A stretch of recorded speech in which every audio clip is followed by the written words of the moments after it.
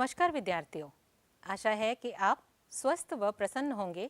आइए आज के सत्र में हम जिन अधिगम बिंदुओं पर चर्चा करेंगे वह हैं जीव और उसका पर्यावरण, जीवों के जीवन को प्रभावित करने वाले प्रमुख अजैव कारक, अजीवीय कारकों के प्रति जीवों की अनुक्रियाएं। आज के सत्र के अधिगम उद्देश्य हैं पारिस्थितिकी की परिभाषा को समझना, वार्षिक तापमान तथा वर्षण के संदर्भ में जीवों का वितरण को समझना, भारतवर्ष के प्रमुख जीवों को समझना, प्रमुख अजैव कारकों जैसे तापमान, जल, मृदा और प्रकाश का जीवधारियों पर प्रभाव समझना, अजीवीय कारकों के प्रति जीवधारियों की अनुक्रिया के तरीकों को समझना, विद्यार्थियों में वैज्ञानिक दृष्टिकोण और अवलोकन कौशल का विकास होना, कक्षा में प्राप्त किए गए ज्ञान को विद्यार्थियों के दैनिक जीवन से जोड़ना। विद्यार्थियों, हमारे जैविक विश्व में लुभावनी विविधता और आश्चर्यजनक जटिलता है। हम जीव विज्ञानीय संगठन के विभिन्न स्तरों पर अन्वेषी प्रक्रमों से इसकी जटिलता को समझने का प्रयास कर सकते हैं। ये जीव विज्ञानीय संगठन स्तर हैं: बृहत अणु कोशिकाएं, ऊतक अंग, व्यष्टि जीव, समष्टियां, समुदाय, पारितंत्र और जीवों।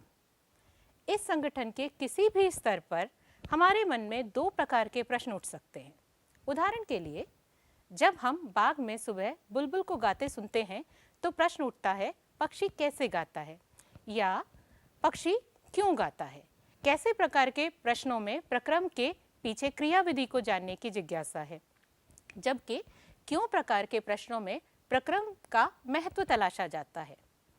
इस उदाहरण में पहले प्रश्न का उत्तर पक्षी में वाक यंत्र और कंपमान अस्थि का प्रचालन हो सकता है। उदाहरण में पहले प्रश्न का उत्तर पक्षी में वाक यंत्र और कंपमान अस्थि का प्रचालन हो सकता है, जबकि दूसरे प्रश्न के उत्तर में कहा जा सकता है कि प्रजनन ऋतु के दौरान पक्षी को अपने साथी से बात करने की आवश्यकता हो सकती है।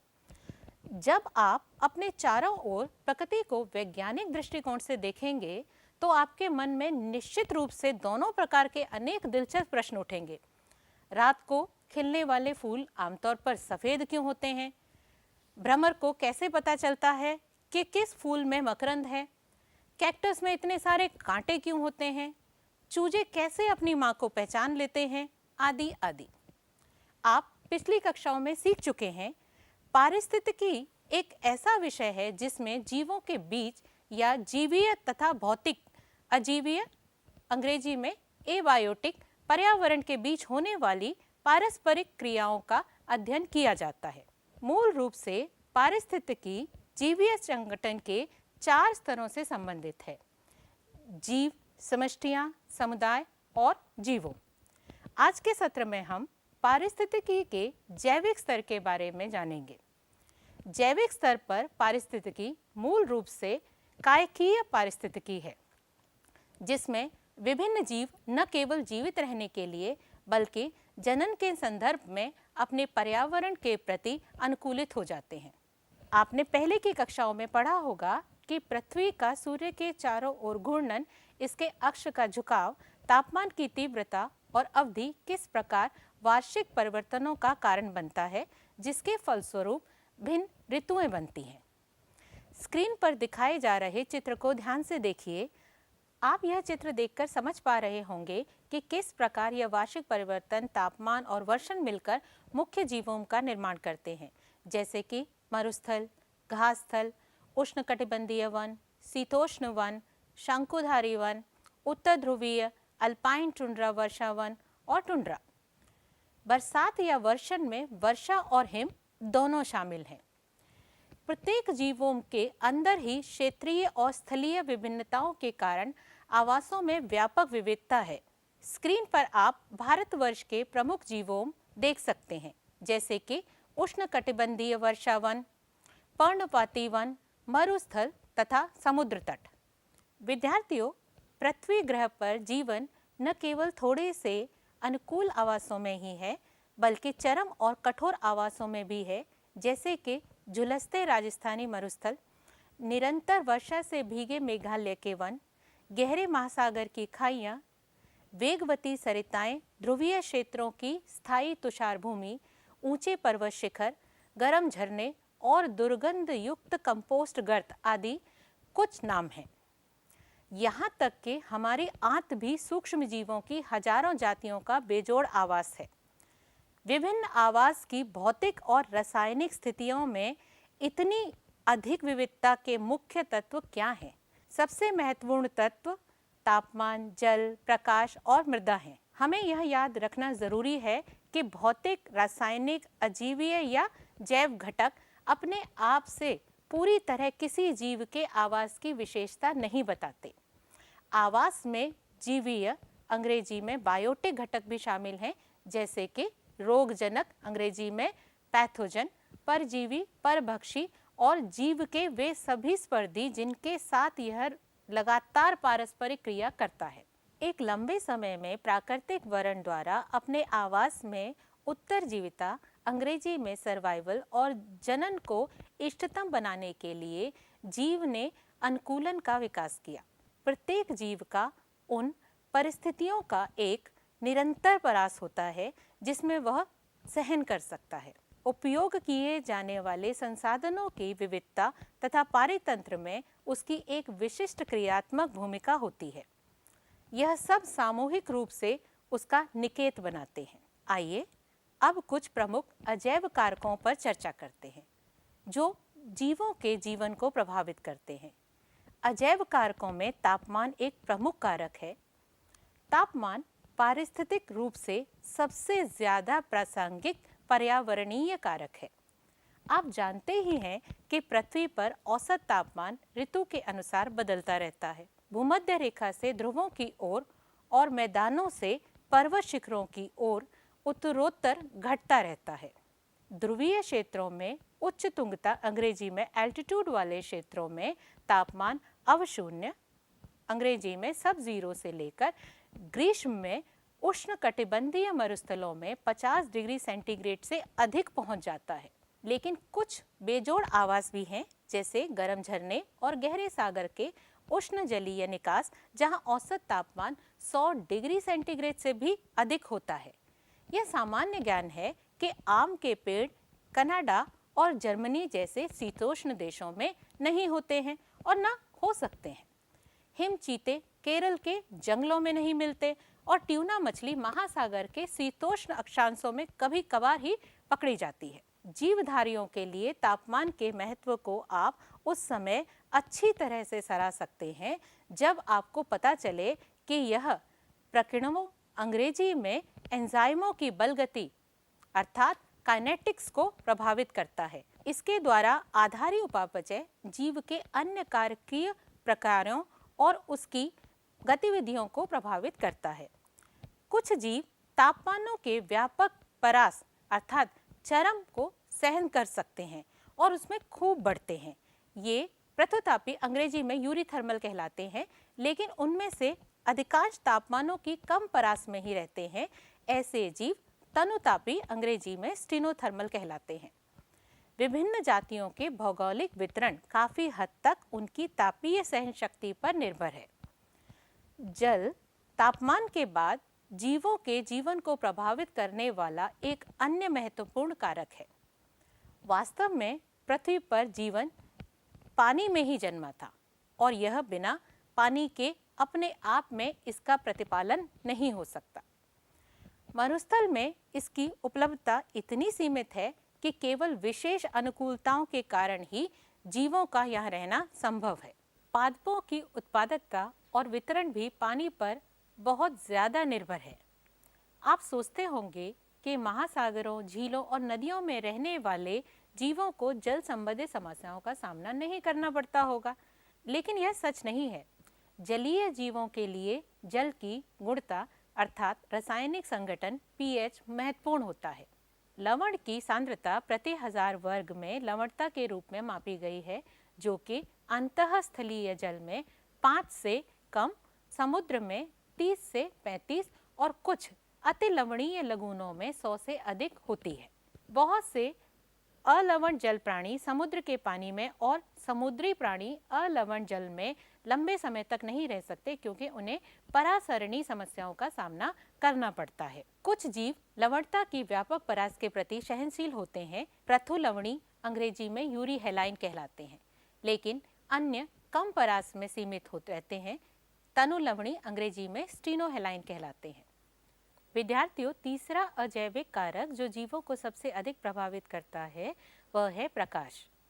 पौधे प्रकाश संश्लेषण द्वारा खाद्य उत्पन्न करते हैं। यह एक ऐसी प्रक्रिया है जो ऊर्जा के स्रोत के रूप में धूप उपलब्ध होने पर संभव है। इसलिए हम जीवधारियों के लिए, विशेष रूप से स्वपोषियों अर्थात ऑटोट्रॉप्स के लिए प्रकाश के महत्व को समझ सकते हैं। वनों में अनेक जातियों के छोटे पौधे, शाक और झाड़ियाँ बहुत हल्के प्रकाश वाली परिस्थितियों में इष्टतम प्रकाश संश्लेषण करने के लिए अनुकूलित हैं, क्योंकि उन पर सतत लंबे वितानमय पेड़ों की छाया रहती है। बहुत से पौधे भी पुष्पन हेतु अपनी दीप्तिकालिक अर्थात फोटो पीरियोडिक आवश्यकता की पूर्ति के लिए धूप पर निर्भर होते हैं। बहुत से प्राणियों के लिए भी प्रकाश इस रूप में महत्वपूर्ण है कि वे प्रकाश की तीव्रता और अवधि, दीप्तिकाल में दैनिक तथा मौसमी विभिन्नताओं को अपनी चारे की खोज, अंग्रेजी में फॉरेजिंग, जनन और प्रवासी गतिविधियों का समय तय करने के लिए संकेत के रूप में काम में लाते हैं। पृथ्वी पर प्रकाश की उपलब्धता तापमान से निकट से संबंधित है, क्योंकि दोनों का स्रोत सूर्य है। लेकिन महासागरों की गहराई 500 मीटर से अधिक में पर्यावरण निरंतर अंधकार में रहता है और वहां रहने वालों को यह मालूम नहीं है कि सूर्य नामक खगोलीय ऊर्जा का कोई स्रोत भी है। तब उनकी ऊर्जा का क्या स्रोत होगा? विचार कीजिएगा। सौर विकिरण की स्पेक्ट्रमी गुणता भी जीवन के लिए महत्वपूर्ण है। सौर विकिरण की स्पेक्ट्रम का पराबैंगनी घटक बहुत से जीवों के लिए हानिकारक है। महासागर की भिन्न भिन्न गहराइयों में मिलने वाले समुद्री पादपों के लिए दृश्य स्पेक्ट्रम के सभी रंग घटक उपलब्ध नहीं है। आइए अब एक और अजैविक कारक मृदा की बात करते हैं। विभिन्न स्थानों में मृदा की प्रगति और गुण भिन्न भिन्न हो सकते हैं और होते हैं। यह जलवायु, अपक्षय प्रक्रम, अंग्रेजी में वेदरिंग प्रोसेस, क्या यह वाहित या अवसादी अर्थात सेडिमेंट्री है और इसका विकास कैसे हुआ, इन सब बातों पर निर्भर है। मृदा की विभिन्न विशेषताएं जैसे कि मृदा संघटक, कण साइज और पुंजन मृदा के अंतःश्रवण, अंग्रेजी में परकोलेशन तथा जल धारण क्षमता का निर्धारण करते हैं। इन विशेषताओं के साथ साथ पीएच, खनिज संगठन और स्थलाकृति, अंग्रेजी में टोपोग्राफी जैसे प्राचल काफी हद तक किसी क्षेत्र की वनस्पति का निर्धारण करते हैं। इसके बाद यह सब मिलकर तय करते हैं कि उस क्षेत्र में किस प्रकार के प्राणियों का पालन पोषण हो सकता है। इसी प्रकार जलीय पर्यावरण अवसादी विशेषताएं प्राय वहां पनपने वाले नितलस्थ प्राणियों के प्रकार का निर्धारण करती हैं। विद्यार्थियों, आइए अब यह समझने का प्रयास करते हैं कि जीव अजीवीय कारकों के प्रति किस प्रकार अनुक्रिया करते हैं। यह अनुभव कर लेने के बाद कि अनेक आवासों की अजीवीय परिस्थितियां कभी कभी सशक्त रूप में परिवर्तित हो सकती हैं, मैं पूछना चाहूँगी कि इस तरह के आवासों में रहने वाले जीव दबाव वाली परिस्थितियों का सामना कैसे करते हैं या कैसे उन परिस्थितियों में रहने की युक्ति ढूंढ लेते हैं। जीवों द्वारा आंतरिक पर्यावरण अर्थात होमियोस्टेसिस को स्थिर रखने से इष्टतम कार्य निष्पादन हो सकता है, लेकिन परिवर्तनशील बाह्य पर्यावरण के संदर्भ में केवल कुछ ही जीव नियामक होमियोस्टेसिस के लिए सक्षम है। जीव अपने आंतरिक पर्यावरण का आंशिक रूप से नियमन कर लेते हैं अथवा केवल उनके अनुरूप कर लेते हैं, जैसा कि स्क्रीन पर दिखाए गए चित्र में आप देख पा रहे होंगे। इस प्रश्न का उत्तर देने का प्रयास करने से पहले मुझे यह पूछना चाहिए कि आखिर अत्यधिक परिवर्तनशील बाहरी पर्यावरण जीवों को क्यों परेशान करता है। आप आशा कर रहे होंगे कि अपने अस्तित्व के लाखों सालों के दौरान अनेक जातियों ने अपेक्षाकृत स्थिर स्थायी आंतरिक शरीर के भीतर ही पर्यावरण विकसित कर लिया होगा। यह आंतरिक पर्यावरण सारे जैव रासायनिक अभिक्रियाओं, अंग्रेजी में रिएक्शंस और कारकीय प्रकारों को अधिकतम दक्षता से होने देता है और इस प्रकार जातियों की तंदुरुस्ती को बढ़ाता है। उदाहरण के लिए यह निरंतरता शरीर के इष्टतम तापमान और शरीर के तरल पदार्थों के परासरणी सांद्रण के रूप में हो सकता है। तब आदर्शतः जीवों को अपने आंतरिक पर्यावरण अर्थात समस्थापन होम्योस्टेसिस कहा जाने वाला प्रक्रम की स्थिरता अर्थात कॉन्स्टेंसी बनाए रखने का प्रयास करना चाहिए, भले ही परिवर्ती बाह्य पर्यावरणीय परिस्थितियां उसके समस्थापन को बिगाड़ना चाहें। इस महत्वपूर्ण संकल्पना को स्पष्ट करने के लिए हम एक सादृश्य की चर्चा करते हैं। मान लीजिए कोई व्यक्ति परिवेश का तापमान 25 डिग्री सेंटीग्रेड होने पर सर्वोत्तम रूप से कार्य कर सकता है, और जब बाहर झुलसाने वाली गर्मी या जमा देने वाली ठंड हो तब भी वह अपने निष्पादन को सर्वोत्तम बनाए रखना चाहता है।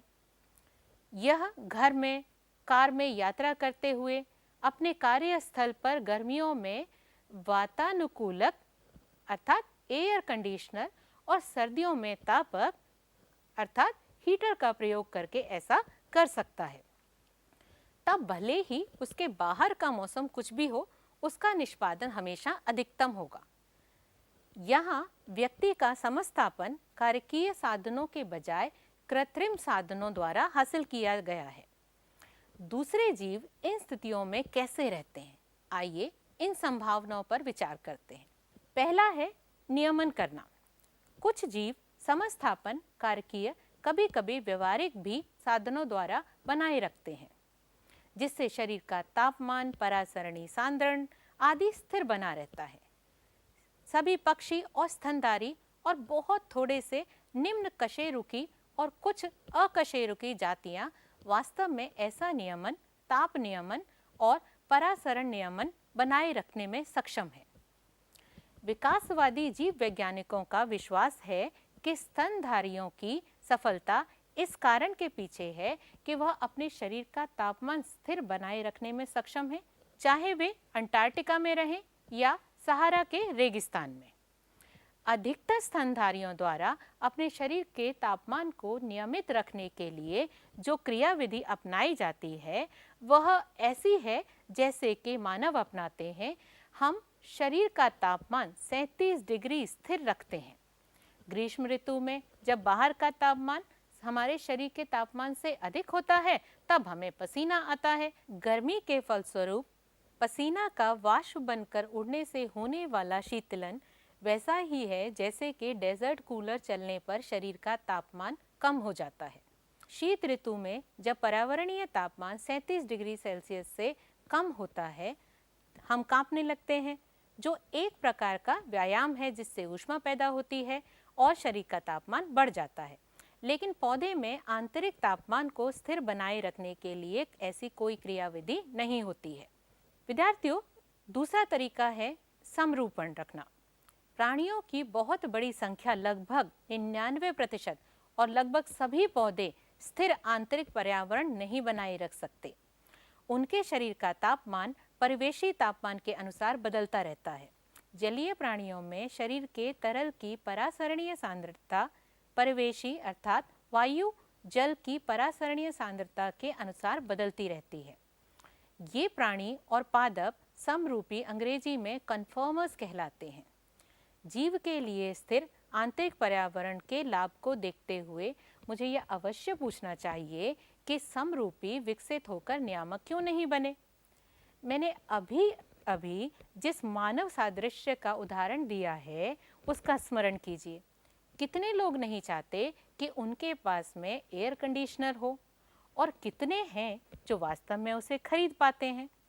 बहुत से लोग गर्मी के महीनों में केवल पसीना निकलकर जाने देते हैं और उपानुकूलतम अंग्रेजी में सब ऑप्टिमम निष्पादन से संतोष कर लेते हैं। बहुत से जीवों के लिए ताप नियमन अंग्रेजी में सब ऑप्टिमल ऊर्जा के संदर्भ में खर्चीला है। यह बात मंजोरू, श्रू और गुंजन पक्षी जैसे छोटे प्राणियों के मामले में विशेष रूप से सच है। ताप हानि या ताप लाभ पृष्ठीय क्षेत्रफल अंग्रेजी में सरफेस एरिया का प्रकाय है। चूँकि छोटे प्राणियों का पृष्ठीय क्षेत्रफल उनके आयतन की अपेक्षा ज़्यादा होता है, इसलिए जब बाहर ठंड होती है तो उनके शरीर की ऊष्मा बहुत तेज़ी से कम हो जाती है। ऐसी स्थिति में उन्हें उपापचय, अंग्रेजी में मेटाबॉलिज्म द्वारा शरीर की ऊष्मा पैदा करने के लिए काफ़ी ऊर्जा खर्च करनी पड़ती है। यह मुख्य कारण है कि बहुत छोटे प्राणी बिरले ही ध्रुवीय क्षेत्रों में पाए जाते हैं। विकास क्रम के दौरान स्थिर आंतरिक पर्यावरण बनाए रखने की लागत और लाभ पर विचार किया जाता है। कुछ जातियों ने नियमन करने की क्षमता विकसित कर ली है, लेकिन केवल सीमित परास वाली पर्यावरणीय परिस्थितियों में। यह पर्यावरणीय परास ज्यादा हो तो केवल समरूपण करते हैं। अगर दबाव भरी बाहरी परिस्थितियां स्थान विशेष में हैं अथवा केवल थोड़ी अवधि के लिए हैं, तो जीव के पास दो अन्य विकल्प भी हैं। पहला विकल्प है वास करना। जीव दबावपूर्ण आवास में अस्थायी रूप से अधिक अनुकूलन क्षेत्र में चला जाए और जब दबाव भरी अवधि बीत जाए तो वापस लौट आए। मानव सादृश्य में यह नीति ऐसी है जैसे गर्मी की अवधि में व्यक्ति दिल्ली से शिमला चला जाए। अनेक प्राणी, विशेषतः पक्षी, शीत ऋतु के दौरान लंबी दूरी का प्रवास करके अधिक अतिथि अनुकूली क्षेत्रों में चले जाते हैं। प्रत्येक शीतकाल में राजस्थान के भरतपुर में स्थित प्रसिद्ध केवलादेव राष्ट्रीय उद्यान साइबेरिया और अन्य अत्यधिक ठंडे उत्तरी क्षेत्रों से आने वाले प्रवासी पक्षियों को अतिथि के रूप में स्वागत करता है। दूसरा विकल्प है निलंबित करना। जीवाणुओं, कवकों और निम्न पादपों में विभिन्न प्रकार के मोटी भित्ति वाले बीजाणु बन जाते हैं, जिससे उन्हें प्रतिकूल परिस्थितियों में जीवित बचे रहने में सहायता मिलती है। उपयुक्त पर्यावरण उपलब्ध होने पर ये अंकुरित हो जाते हैं। विद्यार्थियों, अगर जीव प्रवास नहीं कर सकता तो वह समय में पलायन करके दबाव से बचता है। शीत ऋतु में भालुओं की शीत निष्क्रियता यानी हाइबरनेशन में जाना और उस समय पलायन से बचाव करने का जाना पहचाना मामला है। कुछ घोंघे और मछलियां ग्रीष्म ऋतु से संबंधित ताप और जल शुष्कन जैसी समस्याओं से बचने के लिए ग्रीष्म निष्क्रियता अर्थात एस्टिवेशन में चली जाती है। प्रतिकूल परिस्थितियों में झीलों और तालाबों में प्राणी पलवक, अंग्रेजी में जू प्लैंकटन की अनेक जातियां उपरती अर्थात डायापॉज में चली जाती हैं, जो निलंबित परिवर्धन की एक अवस्था है। आइए विद्यार्थियों, इस सत्र से अभ्यास के लिए आपके लिए एक गृह कार्य है। कुछ पृथुतापी और तनुतापी प्राणियों और पादपों के नाम पता कीजिए।